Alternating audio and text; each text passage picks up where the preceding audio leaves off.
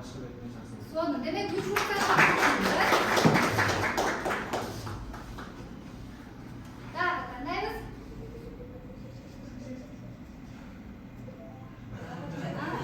Ada hamca. Belki de kancarına kalmıyor. Sıra қолданушыдан мағлұматты алу үшін қандай функция қолданылады? Қолданушыдан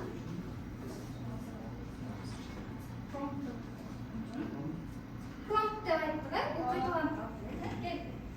X-ін алғанда азамат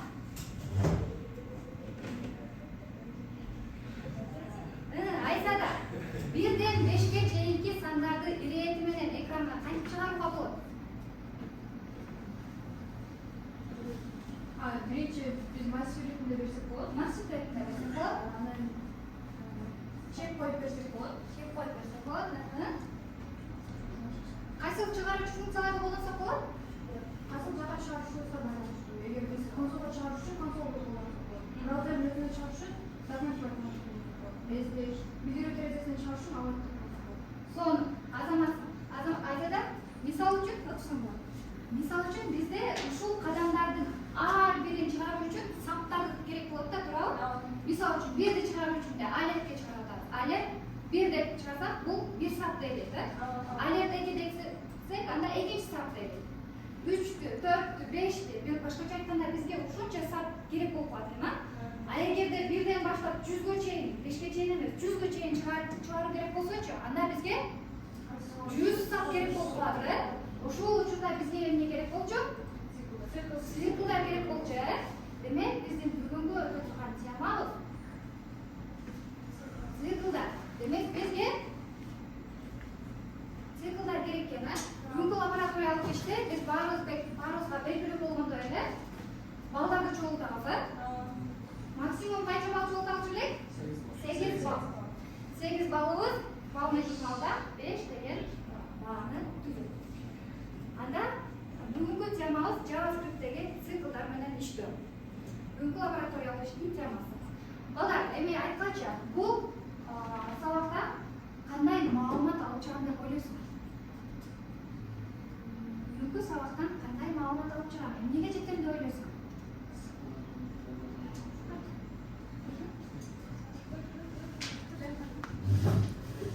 Цикл деген сөздү укканда биз сразу кайра кайталануучу деген сөздү оюбузга келет да. Ошол менен бирге биз массивдин ордуна дагы деле тезирээк иштей турган кандайдыр бир методдорду өзүбүзгө тезирээк жеңилдетишүүнү үйрөнөбүз деп ойлойм. Кайталануучу маалыматтар үчүн, дагы кандай сонун айтайын? Дагы кандай маалыматтар үйрөнөбүз деп ойлойсуңар?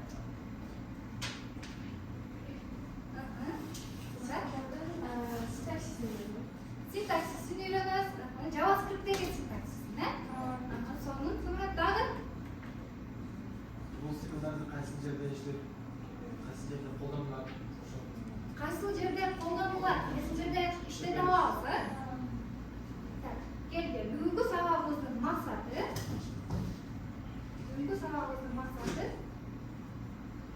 маселелерди чечүүдө циклдарды колдонуу менен программаларды жазуу.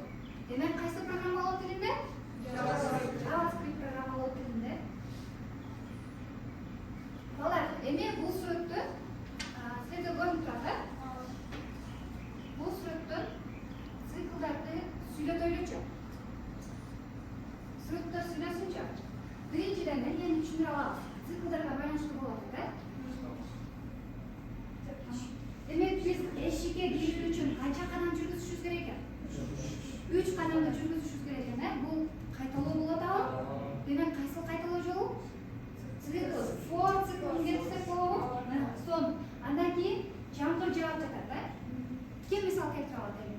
Бул сүрөттү ким сүйлөтө алат? Мисал үчүн, жер нын болгонун качан токтотот? Жаңгыр токтогонго чейин. Башкача айтканда, биздин циклыбыз токтогонго чейин, биздин шартыбыз аткарылганга чейин эмне болот экен? Аткарылар экен, Андан кийинки 3-чү сүрөттө.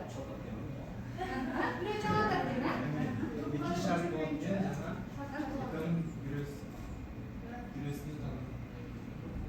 бирөөсүн тандады. Сону дагы кандай ойлор бар?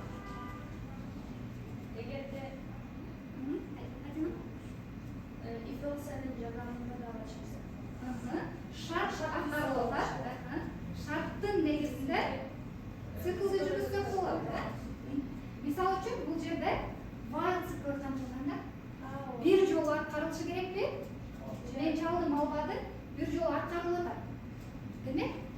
Андан кийинки чечим бизденики. Дагы чалат же таптакыр чалып барат. Балдар, эми бүгүнкү лабораториялык сабакта дайыма командалар менен иштейбиз, Гүлназыр командаларга бөлүнүп турат.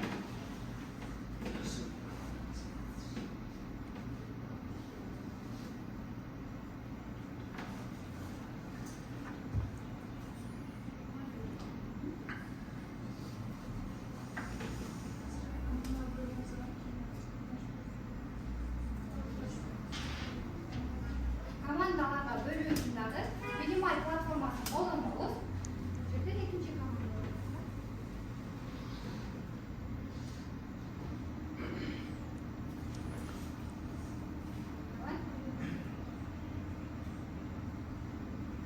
Бүгүнкү сабактан бизге кимдер келбепти?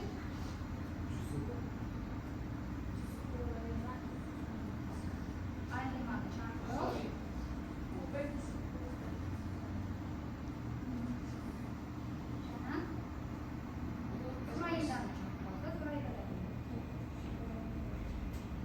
Төрт командага бөлүнөбүз. Келген.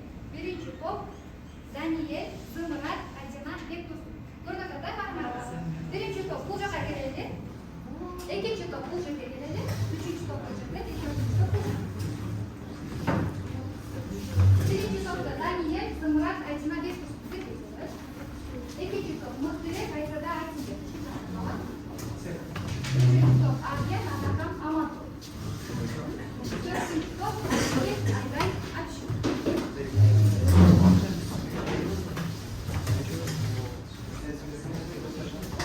Bu yerdeki laboratuvariyel işleminin birinci topu bir edilir, ikinci topa edilir, üçüncü topa üçü, dördüncü topa dördüncü meseleleri verir. Oturalım, olur mu?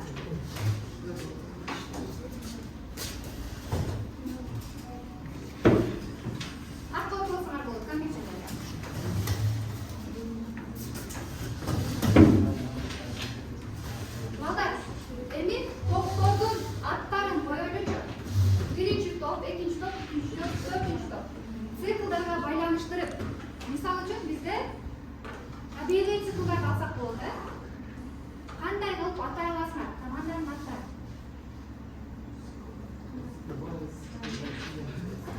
Жамгыр, биринчи топ жамгыр. Экинчи топ. Кандай атайбыз?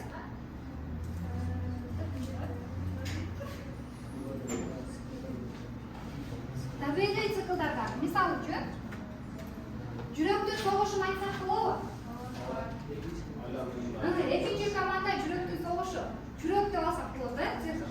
Биринчи команда жамгыр, экинчи команда жүрөк, дагы биз куюнду алсак болобу? Циклды? Кайсы командалар? Биз шамал. Шамал. Сону? Деңиз толкундары. Ой, үчүнчү топ бар. Үчүнчү топ кайсыны аласыз? Мезгилдерди алсак болобу? Циклдарга кирет, мезгил, сон. Анда баарыбызга 10 минутта убакыт берилет, балдар. Минуттаны кетирип койлу. Андан кийин 2 минуттадан ар бир командага демонстрация үчүн берилет. Аттары башталат.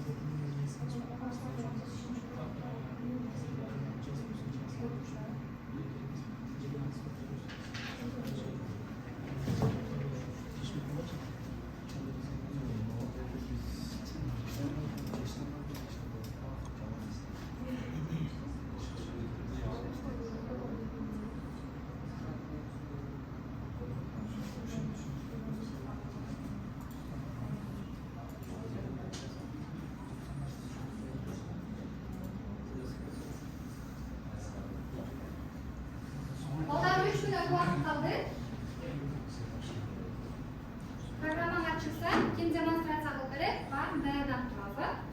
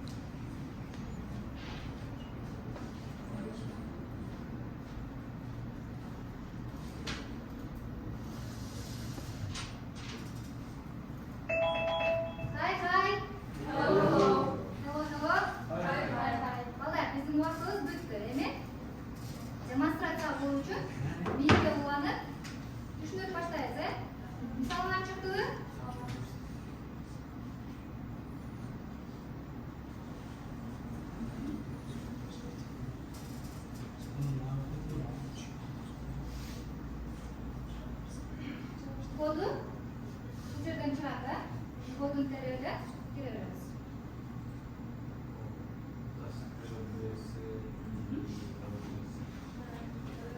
Görüyor da HPS, AJO, bir kompüter kitlesi kod. Bizden ko'rsatuvlari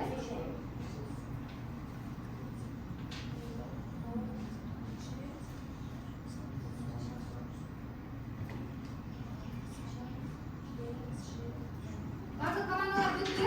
Barcha kodlar bitdi. Bitdi be. Anda birinchidan boshlayveradi. Birinchi komanda tayyormizmi? Quvandikmi?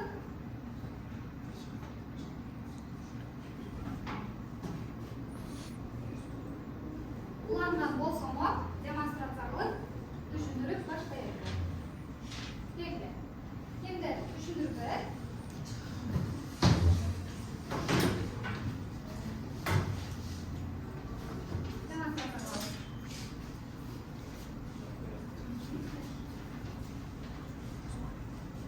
Bizden maselenin şartını okuyoruz. Sevrilgan masalaning sharti Madina jadib oldi ko'rish uchun Moya departamentiga kirish kerak. Uning paroli 1dan 6gacha. Agarda Madina paroli to'g'ri kirgizsa, kiruv yegilikdir. Xo'sh keldingiz degan ma'lumotni chiqarish kerak.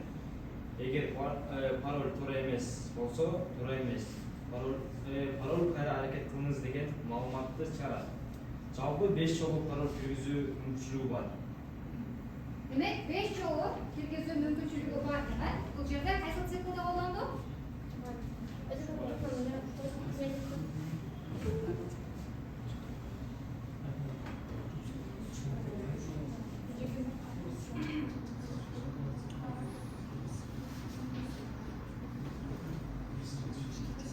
командаларды кылышты?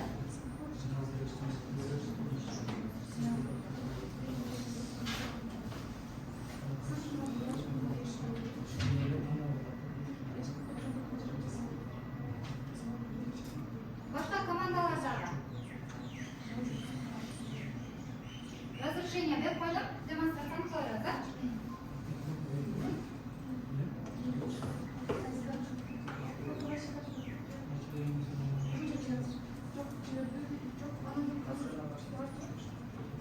Демонстрация кылдыңызбы?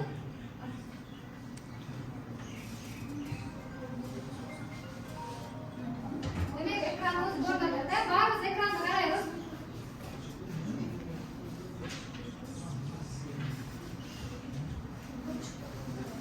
Экранды көрсөтөбүз.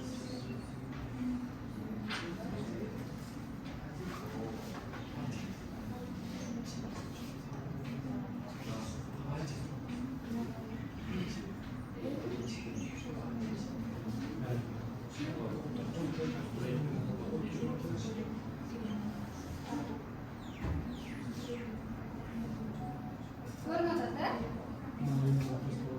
Контроль плюску басатын болсоң, экраныбыз чоң көрүнөт, да? Балдар, баарыбыз экранды карайбыз. Биринчи топтун иштеген мисалы.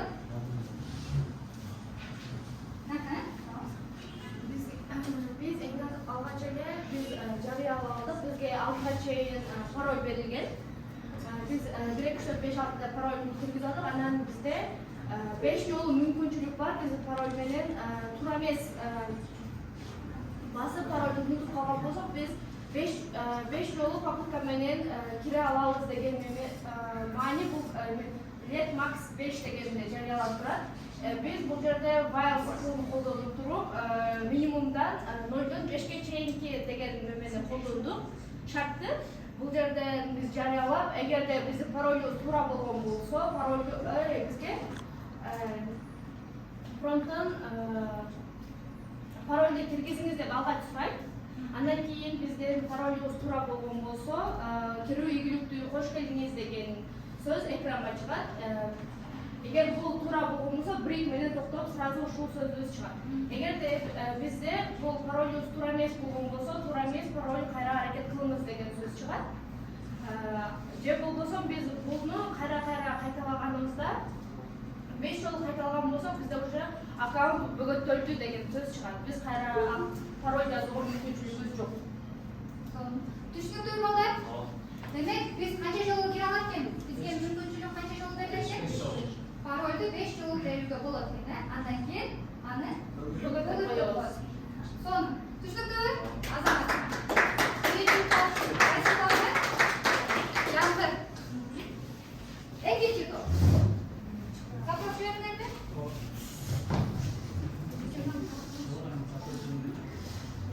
Демонстрацияны өчүрөбүз.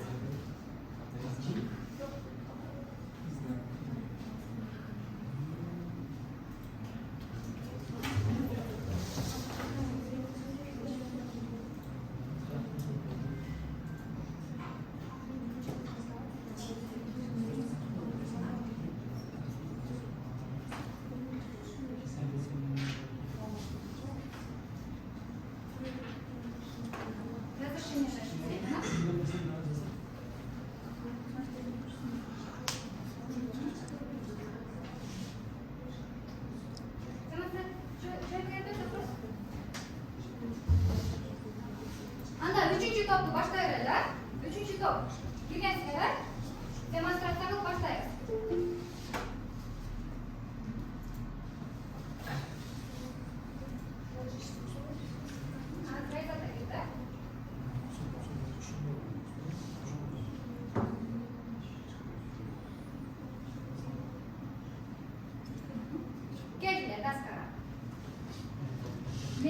болуп келет, э?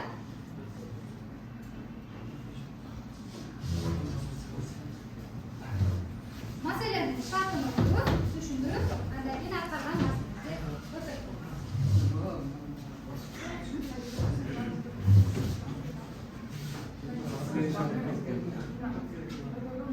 Байбоз экранга көңүл бурабыз. Бектурсунга жетекчиси тапшырма берди. Тайпада 15 студент иретмен жазып, 1ден 15ге чейин номерлеп чык. Жүк номердеги студенттерди гана экранга чыгарып, ар бир чыгарылган студенттин маалыматын аягына жүк сандагы студент деген сөздөрдү кошуучу программа жазып. Бектурсун тапшырмасын карба жаран Бектурсунга тапшырмасын карапты. Бизге бул жерде студенттин тизмеси деп түзүп алдык дагы. Могул жерде for циклын колдонуп, өзгөрмөгө 1ден 15ге чейинки немени өзгөрүүлөрүнү карап чык деп ийге берип алдык. Бул жерде анан if чакыр конструкция менен логикалык тандоо менен if кандай жанагы жүк санда болсо, жүк сандагы студенттер деп бул жерге чыгарып берет. Эгер так санда болсо, бул жерде else жон гана санды чыгарып берет. Санды чыгарып, бул жерде br ар бир немени сапты кийинки жолсорго түшүрүп берет. Жыйынтыгын бул жерде так санда өзүнүн санына, анан жүк сандагы студенттер Сон, молодец, азаматыңа. Экинчи команда даярсызбы? Экинчи топ.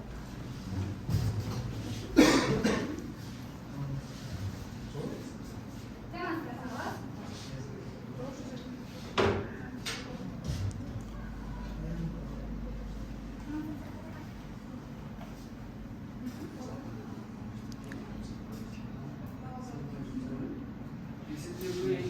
Тайпасынын студенттери 1ден 100ге чейинки бир санды ойлонуп жашырышты.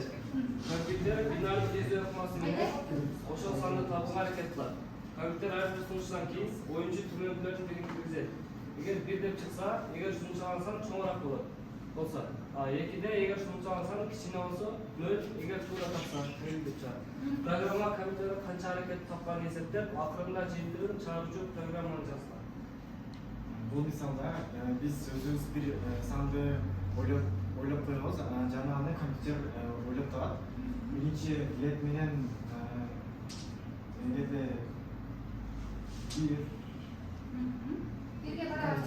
компьютер ойлогон сан төмөн болсо, биз 1ди киргизебиз жана ушул эле аракет менен 100 0 деп бере алдык. Эгерде 1ден 100ге чейинки сан ойлонуңуз деп бизге берет. Билдирип берет, биз ойлойбуз, андан кийин for цикл менен ийге и барабар болсо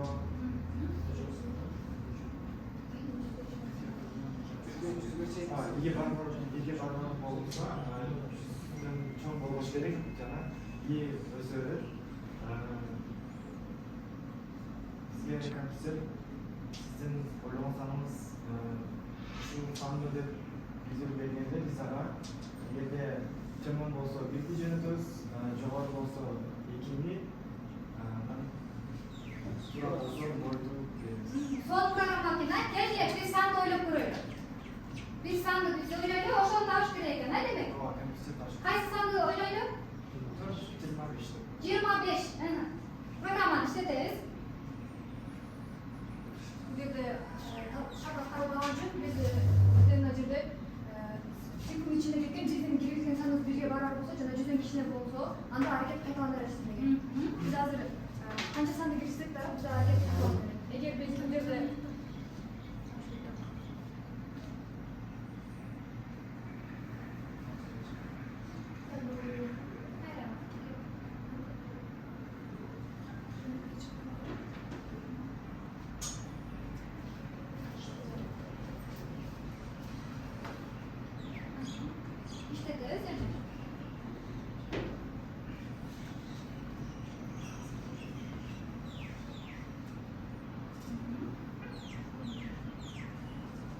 işletemezsin? Anda, not bulmaya gerek. Aşamayı kabul edeceğiz.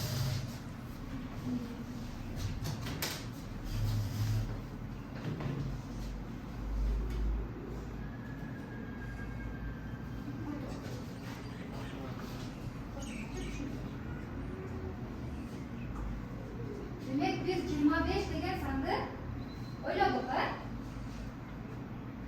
Biz juda o'yladik. Bu biz komissiya bizga 50 san ustunishlandi. Bu san Kompüter kichkina bo'lgani bizga uchun biz 2 yillik beramiz. 2 degan Kichkina sifatimiz. ekan. 2. Bo'lgan 75 değil. Demek biz Şimdi bu san çoğumrak deb 7-500 kerak ekan ha? 1 diyeceğiz az.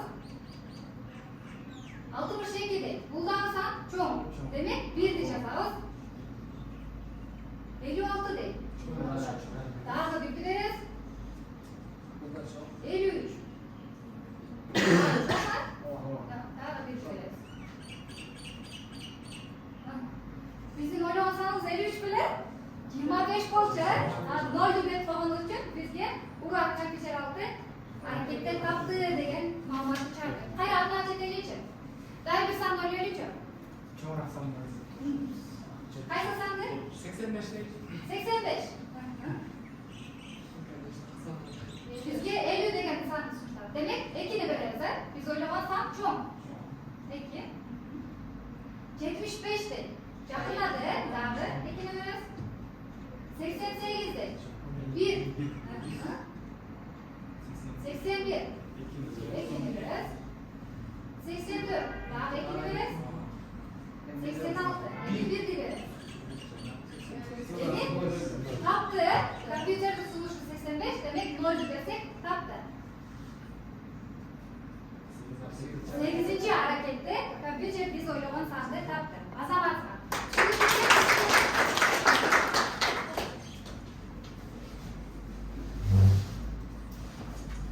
Dördüncü komanda.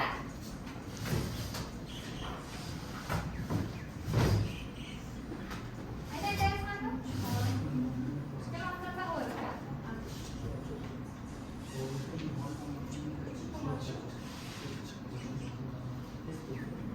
Demonstrasyon. Dördüncü komanda.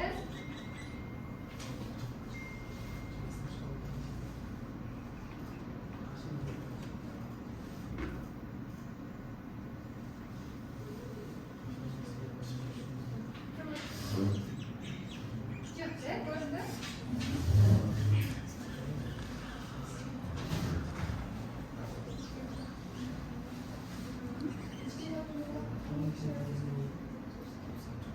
Biz에서 35 스탠트 아이 exam을 주는 나오고 아니 스탠트 베이스가 나오고 아니 스탠트 이래는 전화 베이스 나오는 스탠트에 bağış başlık çıkarıp cevap kaç stent bağlanan hesaplayıcı programa жазылған дейміз.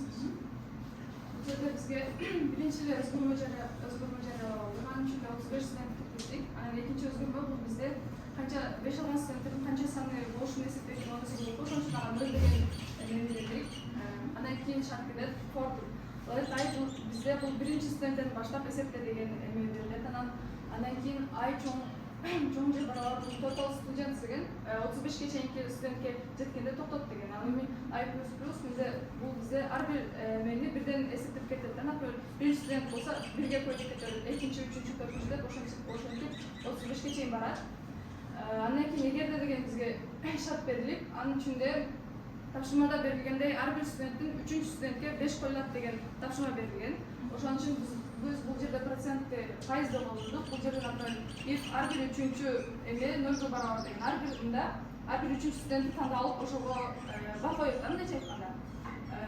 Андан кийин count 5 бул бизде count 5++ мына жерде берилген өзгөрмө. Мында ар бир 5 алган студенттин санын эсептеп кетет. Мына жерде цикл иштейт дагы, анын ичинде, например, else деген бул студент 3-чү студентке 5 коюшун деген тапшырма берилет. Эгерде ал иштебей турган болсо, else'ге кайрылат дагы, else ошол 3-чү студентке дал келбегендердин баарына коюп чыгарып берет.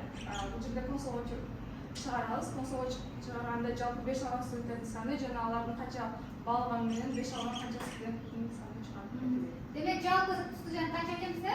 Жалпы студент 35 болот. Алардын ар биринин 3-чү студентке 5 койганда бизде 11 студентке 5 деген баа койгон. Сонун, азамат. Баарыбыздын мисалдарыбыз түштүк эле болобу? Анда кийинки кадамыбыз ушул биз аткарып көргөн маалыматтарыбызды эмне кылабыз? Бушаттайбыз, Кадыр Шүкүр. Айсада. Амангүл. Зымырат.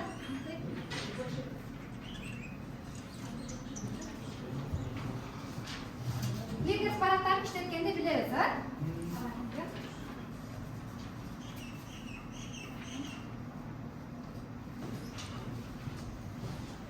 Дагы бир биздин табиятта колдонуп жүргөн дагы бир мисалдарды келтире аласыңарбы? Эмне? Циклдарга биз өтүп өткөн темага байланыштуу керек. Сууну алсак болот дейт. Мисал үчүн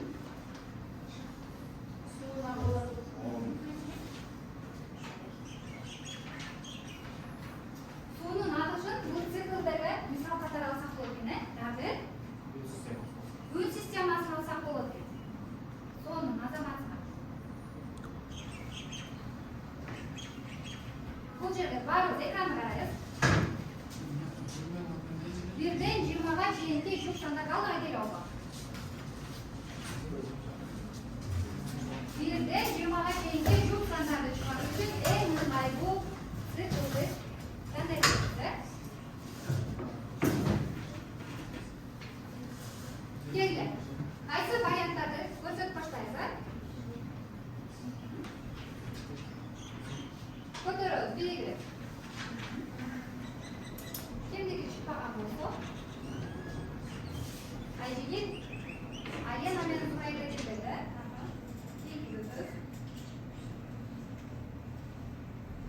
Көрсөтүбүз. Кийинки сурообуз төмөнкү код канча жолу салам сөзүн чыгарат?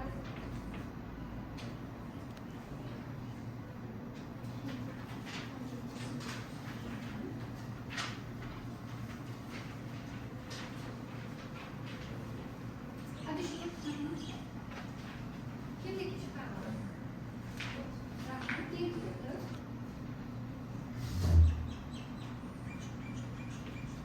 While'dan do while циклдеринин негизги айырмасы эмнеде?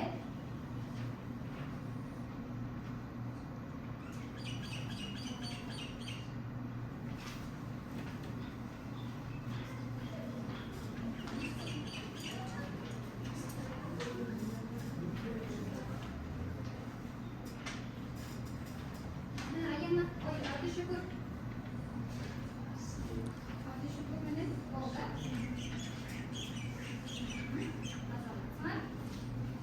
Төмөнкү коддун чыгуусу кандай болот? JavaScript, let, num.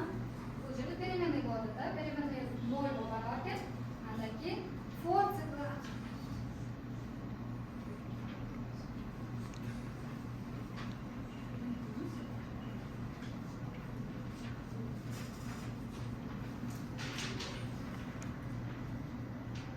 Сурат болуп турат, ушул коддун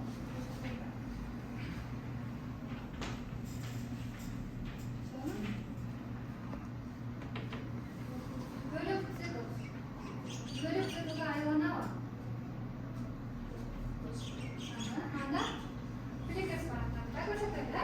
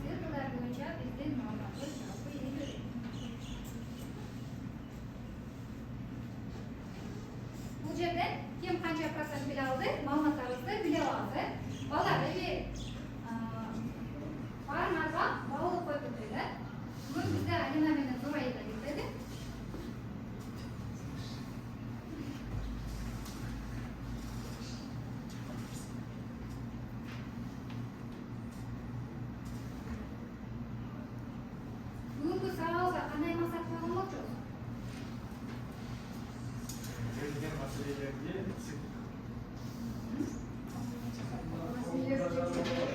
циклдарды колдонуу менен чечүү. Demek biz бүгүнкү сабагыбызда маселелерди циклды колдондукпу? Бүгүнкү сабагыбыздын максатына жеттикпи? Кандай мисалдарды аткардык?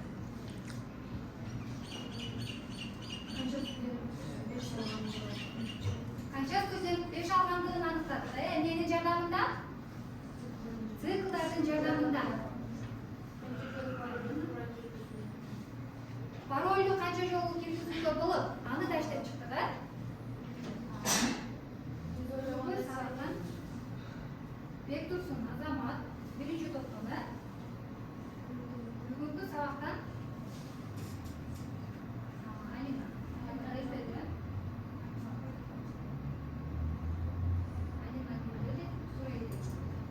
Айжигит үчүнчү командада болду. Азамат, Зымырат, Каскадин ушунду берди. Адарханжан, Амантур, Айтинбек, Муктебек, Айза да. Бүгүн демонстрациядан бир аз кыйналып калайсыз да?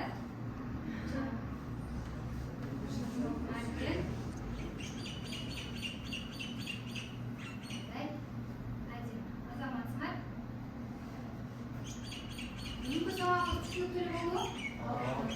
Циклдарыбыз бешөөбүздө колдонсок болобу? Андан кийинки программаларды аткарууда колдоно алабызбы? Колдоно алабыз, Демек, биз койгон бүгүнкү сабагыбыздын максатына маселелерди чечүүгө циклдарды колдонуу менен программаларды жаздык, жазып көрдүк. Демек, бүгүнкү сабагыбыздын максатына жеттик. Анда балдар, үйгө тапшырмаларды, үйгө тапшырма светофордун иштөө логикасын JavaScript'те циклдерди колдонуу менен ишке ашырылат. CSS файл булуу менен анын дизайнын иштеп чыккан. CSS файлдарын булганды билесиз, Тапшырмабызга силабустагы экинчи ссылканы metanik.com'ду колдонсоңор болот. Тапшырма түшүнүктүү элеби? Анда саламатта калгыла.